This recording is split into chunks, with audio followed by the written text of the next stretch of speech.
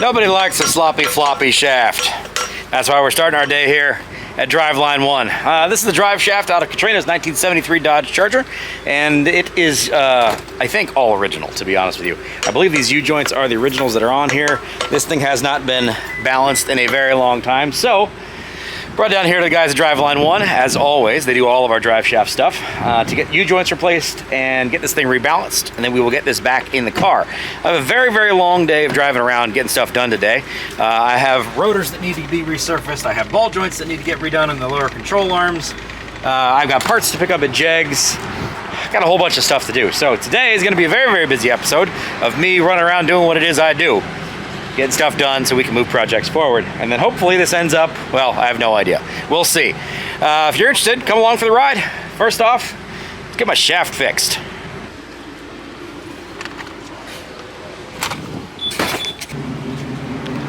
All right, well, drive shaft dropped off. Kind of an emotional, wasn't expected kind of moment. One of the guys that works here that I've talked to for absolutely years, wonderful gentleman, just passed away. Out of the blue, not expected at all. And he's one of those guys that, like, every time you see him, he would there was a lot of conversation. He knew what was going on my stuff, and he knew what was going on a bunch of other channels, and just a genuinely nice, good, salt of the earth kind of dude. And apparently he just passed away. That's horrible. And then the owner's dad passed away on the same day. Man, I tell you, that's that was not what I was planning on dealing with here today. I'm very sorry to the families, and the guys here obviously are pretty distraught with how that whole situation went down. Talk about changing the experience of going to work when you've got people that you're used to, having that conversation every morning, or having that joke every day. Man, that sucks. Anyway, off to Jegs we shall go. Got to go about 10 minutes that way.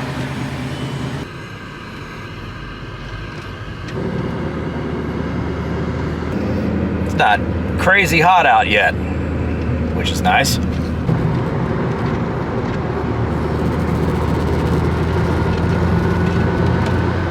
It's a beautiful day in the neighborhood, a beautiful day in the neighborhood. This is our bridge to nowhere that'll get done,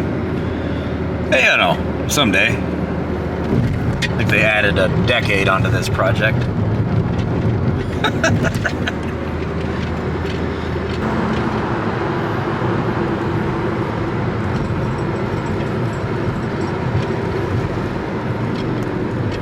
Hold on, we're making it. Alrighty, folks. Welcome to Jegs. For anybody who hasn't seen any of my videos before, this is kind of my home away from home. This is the Jegs on 11th Avenue store. This is the original Jegs, where it all started, where it all began. Talked to Craig yesterday, and he went ahead and got me some brand new QA1 double adjustable shocks for the front of her Charger, Katrina's Charger. He also ordered me some ball joints. I found that I actually already have some ball joints that I got from the guys at Firm Feel when I ordered all the rest of her custom suspension stuff. So I want to take this one in there, and I'm going to see whether or not it's the same thing that they ordered me. If it is, I just saved myself some money. If it isn't, well, it's Jegs, and I always spend money here. But they did happen to have a set of QA1s that I think are going to work for this Charger, and they are adjustable. There's only a minor amount of money difference between the non-adjustables and the adjustables, and for just a little bit more, get a better product. So that's what we're going to do. Welcome to Jegs.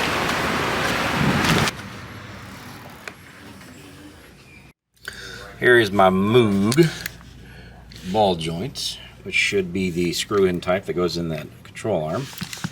Question is whether or not the one that Craig ordered is the same thing. If it is, then I'm lucky, and I got myself, then I actually did what I should have done. one thing you'll learn about me, if you haven't already learned this already, is I do spend a lot of money. I buy a lot of parts.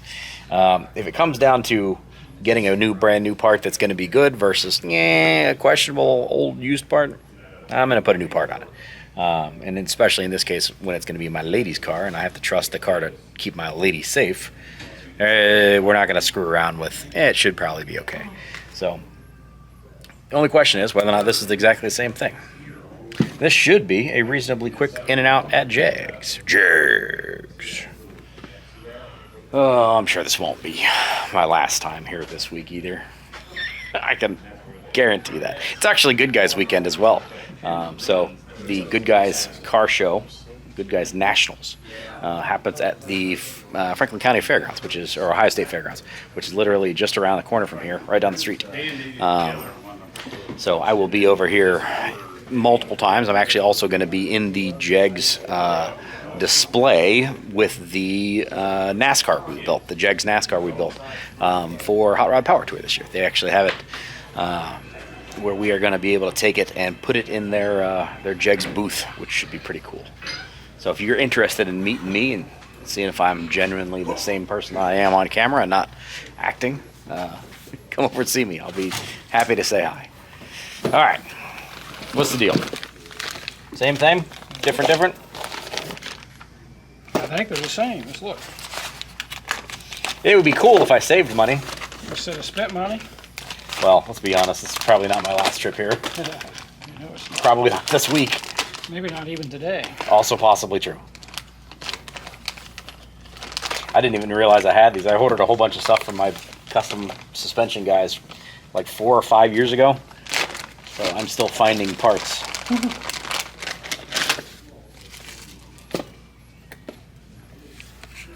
That's the beast. It looks like her. Identical. It's even got the same part number. Oh, that's funny. Yeah. I think they're good. Great. Then I just saved myself some money. Look at me. That does not happen very often. And then these are the single adjustable fuel ends? Correct. Yeah, I was just about to ask. You guys ready for Good Guys? We're ready. Ready as we're going to be. Stocked up and hopefully... I didn't even look at the weather report so far this week. Supposed to rain. Is it? There's a chance of rain. Chance of rain on Friday and Saturday? I think. Ah! That's no good. Yeah. Well, that'll actually help us. Yeah. Good Guys is always... You guys couldn't be any more perfectly Perfectly okay. positioned for that. It's probably the second busiest weekend of the year after, believe it or not, the Spring Ford swap meet. Really? First of all, it's first week of April. We're super busy anyhow. Sure. And you throw in that swap meet. Yeah. And that's the busiest. But Good Guys probably the second busiest weekend. Interesting. Okay. That makes sense. Yep. 381.54. There you go. Could have been worse. Saved myself like You did. 50, 60 bucks. Ball joints. Now you'll get back to the shop and find front shocks. No, I know I didn't have front shocks. I know I didn't because I mean, technically speaking, these aren't the right shocks. Right. And the So- ones on it aren't. Right. Exactly. And the ones that are on it, or were on it, and they were like old Gabriels from AutoZone or something like that from forever ago. So, Right. whatever. Yeah. It's as long as it gets to the right sweep and it has the right stance, I really don't care. Right. And the fact that I've got adjustability in this, we're not going to drive this car like as a drag racer all the time. So being able to have at least some You adjustability. can change it. Yeah. Yeah. Firm or soft. Yep. Well, That's full adjustability. slacker. Jeez, I tell you, what are you, part-time? Kind of. Yeah, it just happened to be the right time right now. Very good, man.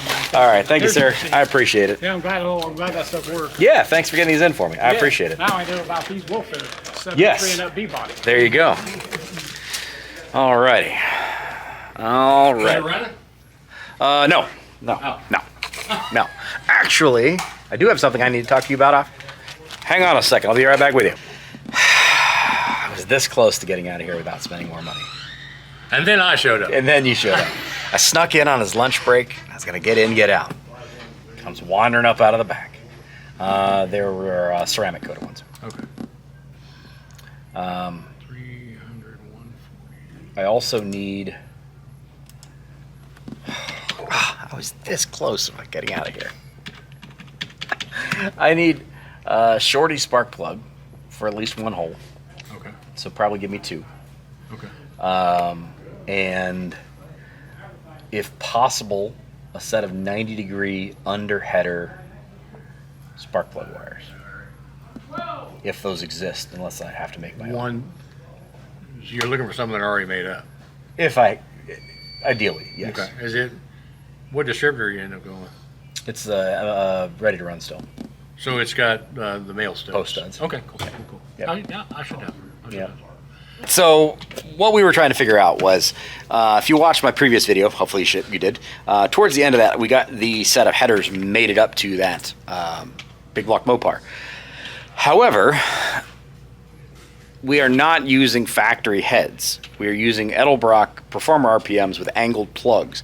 And the angle of those plugs actually makes it not quite fit the way I want it to fit, or clearance with the headers. The problem is they're ceramic coated headers, and if you beat the crap out of ceramic coated headers, they are no longer going to ceramic coated. Right. So we're trying to work our way around that. Obviously, I don't want to buy another set of painted headers. header. You just massage them. Right, with a hammer, and then repaint it. Yeah. Right. So Ceramic coats, you don't have that. right. So what we're gonna do is we got ourselves some Shorty spark plugs and a set of underheader wires with 90 degrees. So we're gonna run those and see if that fixes our issue, which does mean I need to pull out those spark plugs I just put in there yesterday, but that's not a big deal. But this way I don't have to worry about it. And I am glad that I figured this out before I put this in the car, because this would have really annoyed the hell out of me if I was in the car. Yes. All right. Are you able to put that motor in the car with headers on? We took the K member out of it, so we're literally going to put the engine, transmission, everything on the K member, and then we put it up on anything. Yep. Cool. Excellent. yep. Hopefully, at least that's the plan. That's cool. That's a good plan. I didn't know if you could do that on. I know you can on some of the early cars, but I didn't know the 73 being Yeah, I don't know. the weirdo thing that it is. We're kind it still of has a K member though. Correct. So, yeah. I think, Yeah. and it's the 400 block is a skinnier block than the 440, so Yes. I think it'll fit fine. Hopefully, we'll find out probably tonight. Yeah. We'll know. If not, then Well, problem at is least there's put so the much. motor trend and then put the headers on. Yeah. Because it's got a large enough engine compartment where it's not Yes. a major undertaking. Unfortunately, it's also such a large engine compartment that it's hard to get a motor on a crane into it.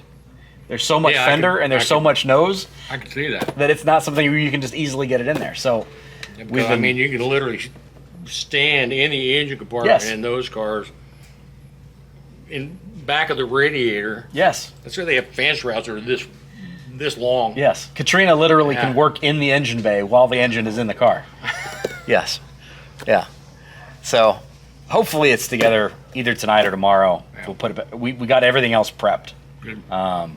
We just I gotta get my control arms and stuff done and this stuff done, and then we can literally just put it all up in the car. That'd be sweet. Fingers crossed. Yeah, that'd be sweet. And then figure out what I screwed up and need to fix. Well, drive shafts and all that stuff, you already got all that Drive stuff? shafts at Driveline 1 Cool. right now. I just dropped that off right before I came here. I knew you had it in your Volkswagen the other day when you had it here. Oddly, my 70 Le Mans drive shaft I just had done by those guys had the original U-joints in it. This 1973 Dodge Charger, original U-joints in it. So That's saying something. time to put some new U-joints in. I got a 54-year-old U-joints. yes, yeah. Let's maybe replace those. Get this thing balanced. So anyway, so this should be, I hope, my last chunk of things that I need to get done. That's cool. And then we'll figure out ignition and wiring. I still have to figure out how the wiring situation. Do I go ahead and just rewire the whole project now, or I would say if you're going to try to make it good guys on Thursday, I don't think that would be a good. it's? I don't think it's gonna make good guys. Oh. I don't think. Well, at least get it running, because the only way to take it the quicker stick of lid, at least do burnouts on it. Open rear end 8 1/4. Doesn't matter. Not doing not It's all doing about the burnouts. smoke, buddy. It's all about the smoke. That's a big stretch goal. You Listen, got the real goal is 450 make it to horsepower Mopar with an nets. open rear end As long as it's going to do one. Oh, it would That's what I'm saying. obliterate one It's going to tire. obliterate one tire. Yeah, it would. That way- And they're probably flat spotted anyway, so Probably. might as well just burn them off. Exactly. Yeah, yeah, uh-huh. All right. Burn out till it's smooth. Yeah, Then you can that go. actually does work. I proved that scientifically. I fixed the balancing issue on my Pontiac. Yeah. I burnt those suckers down probably, I don't know, 3,000 miles, 4,000 miles. Hell of a couple of burnouts. And absolutely no Smooth road it right vibration on out. anymore. Yeah, All those that's flat excellent. spots completely gone. That's excellent. So if you ever have a question, if the officer ever, pulls you over for doing that, just tell them you're rebalancing your tires. Yeah, rebalance the tires, sir. Yeah. It's just like the old blowing the carbon out. Yeah, Same thing. exactly. Just blowing the carbon out, sir. Exactly. I don't think cops these day and age Not anymore. give any They care don't even about know that. what, they don't even know what carbon is. Yeah, that's also true. Also true. All right, we're at the money part. We're at the money part. At least this one's not bad. $111.45. Well, Craig already got me for these. So, Well, it's not bad. Yeah. You're still under $1,000 is my yeah, deal. If anything less than $1,000, it's great. yeah, yeah. I've done budget shopping. I stay under $1,000.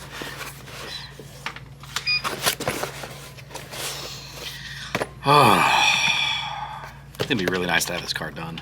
Mm-hmm. Well, not done, but up and running and driving, Movable under its own power. rumbling around, Yeah. making big block Mopar sounds and looking cool. I remember it's got a 6-pack scoop on it, doesn't it? Big scoop. Yeah, it's got a Yeah. big scoop on it. Yep. I remember seeing it, or the carcass, Yeah. in different videos. It's been, I mean, we used it for a while. We even ran it at Pacemakers and a couple of other places. Ran it at, oh God, this will take you back. Ran it at Marion Oh, really? before Marion got bought by Wow. those guys and ruined. It's for sale now. Yeah, for like $2.5 million. After they removed all of the racetrack stuff, Well, yeah, I mean, they built a new racetrack. they put a That's surface the down. That's the only, they put a new surface down, but everything having to do with operating a racetrack doesn't exist. Correct. And they Timing, filmed lighting. themselves doing it. Yes, Destroying buildings. Oh, this is funny. No, there's nothing funny about that. yes. You've ruined a You place ruined- for us to you go ruined a play. racetrack. Yeah, yeah. And then you want 5 times what you paid for it Exactly. for. And it was a pretty darn nice racetrack. Well, the nice thing with Marion was it was as legitimately like street racing as you could get. Right. Like the surface wasn't great. It wasn't. It was like no prep street racing. It was. But it was also a place for a bunch of people to be able to go have a good time for a reasonably inexpensive price. Right. It was not expensive. But now that whole facility is up for sale, and all it literally has is one nice strip of Yeah, tarmac. it's like a runway. Yeah, Basically, exactly. That's what's there. They built you a It's runway. runway. Yeah. With a really long shutdown. So, unfortunately, I don't have $2.5 million. Hey, by the way, if you guys would like to chip in on Big Bang Racetrack, I'm gonna need a lot of money. Yeah, that's out of the. Although I did see a new guy bought Tiffet, bought Mansfield did he? Speedway. He's bringing it back to life. Matt, I think is his name, Matt Tiffet. Yeah, this bought guy? Mansfield Speedway. And he's bringing it back as a dirt track to begin with. And then, there's Paul Walker himself. Yeah, I'll own that one. It's the kid. Yeah. I did notice the graffiti out on the wall. How long has that been there? Where it says Billy the Kid on the wall? Right outside your front door. That's been there for a The while. ashtray. It's been about a week. Okay, I just noticed that the other day. Like, did you get into graffiti? Yeah, your name is graffitied on the wall right outside the door. It says Billy the Kid. I was like, how have I never noticed that? That doesn't strike me as a Billy would do that kind of thing. It's one of your fans. Yeah, It was a fan. I'm sure it was. The guy he'll show up as a top fan on your YouTube channel. Yeah, he bought Mansfield Speedway. He's gonna bring it back as a dirt track and then progressively make it better and better and better and better. That's cool. That's So- really cool. Somebody putting his money where Anytime his mouth anybody is. buys racetracks, that's good. It's And good. brings them back as a Bring them racetrack. back As a racetrack. Yeah. Yeah. So I'm excited to see where that thing works out. All right, bag. You want back for that? Sure. Well, thanks for taking it easy on me today. No problem. Appreciate that. All right, off the shop. Got to do rotors and ball joints, control arms, that kind of stuff. So, back to work. Well, ran into Billy the Kid in there buying some tires. I'm sure they're going to go out doing what they do this weekend. Tony and Tess may be in town. I think he's buying some tires for the Mustang. Always fun to run into people at the Jegs. You never know who you're going to see. There's a lot of us automotive YouTuber guys that are in the Columbus area that frequent the Jegs location. So it's always an interesting experience. You never know who you're going to see.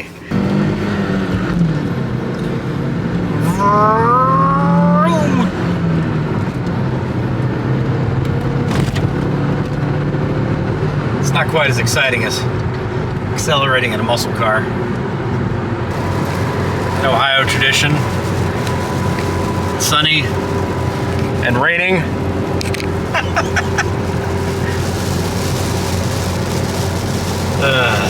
You never know what you're gonna get here in Ohio.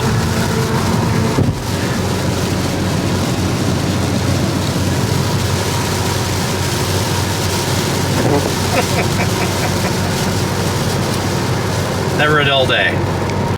All right, let's get these rotors in there. I think these things are basically brand new. We're just gonna resurface, cut like a foul off these things and clean them up, ready to rock and roll.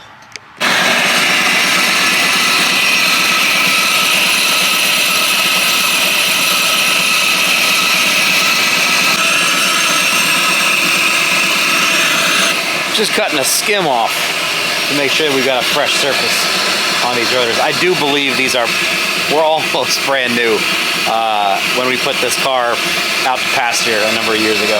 So they should be just fine. We're just gonna take just a little layer off of them and then that'll be good to go right back on the car.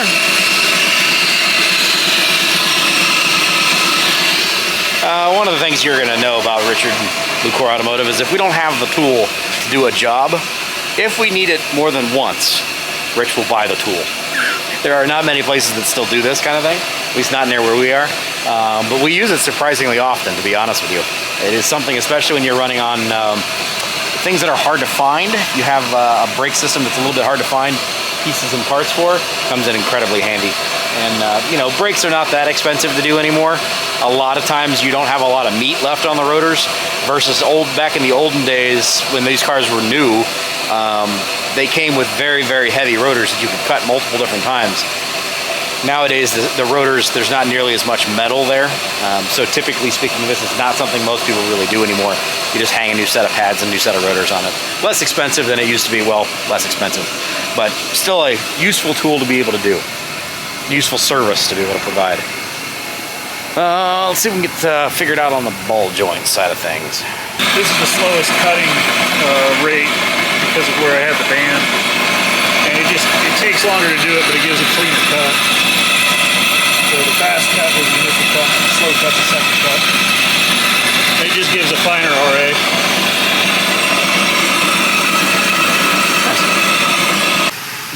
Your drawer of tricks.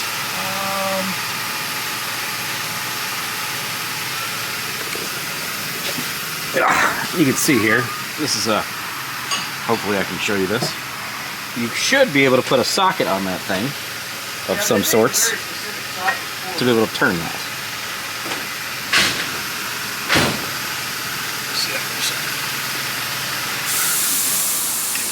Or you engineer a way to fix it, which happens a lot. The right way, the wrong way, the way we're going to get this done. Well, change of plans. These are not the original ball joints. You can see these actually have fittings on them there, so they are greasable. These are probably moved ball joints. Even more of a problem is Mopar uses these very interesting sockets that are a square socket that sit on that that we don't have. So these ball joints don't seem bad. They're not sloppy in any way. They're pretty tight. So, I think we're going to pump the brakes on this. I am going to order a ball joint socket kit, which is available. They're like 35 bucks, and they are very weird sizes, like 159/64. That's specifically for Mopar ball joints. So I'm going to order that kit just so I have it, and then we can replace those ball joints whenever we decide to. It's not going to be that big of a deal to do it later on down the road. But we just don't have a tool to do it, and what I do not want to do is to chance any way damaging these arms, because they are, I don't have an option. There's nothing in the aftermarket that has an option for a 1973 lower control arms for a Dodge Charger. Nobody makes them.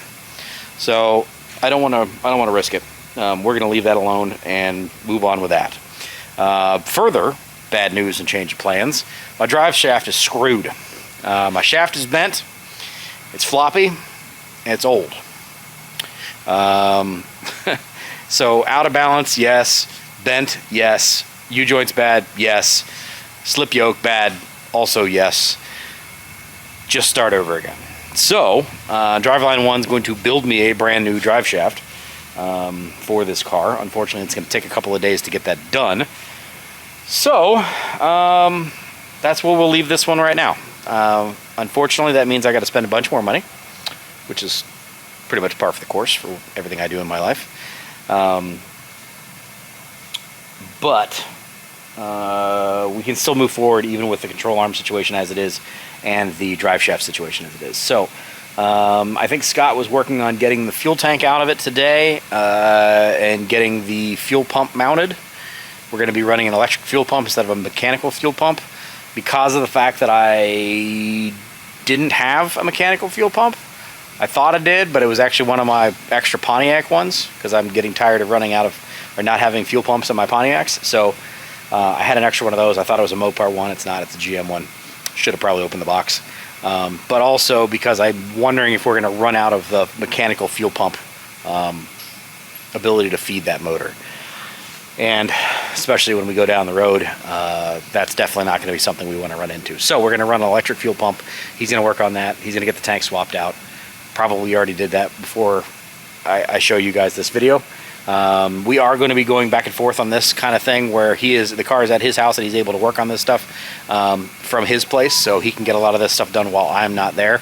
So if you're interested in that stuff with Scott actually working on it, jump over to the Octane Eagle channel. The Octane Eagle is his channel, and you can see what he's getting done while I'm not there. Anyway, we're going to wrap this one up here. I was going to include some footage with the gentleman that passed away from Driveline 1, but I'm not sure that I want to do that. I just still, it's wild. I literally just saw that guy. What a unfortunate situation. Genuinely nice dude. You never know how long you have on this path, so enjoy it while you walk it. Anyways, guys, thanks for being here. I appreciate you.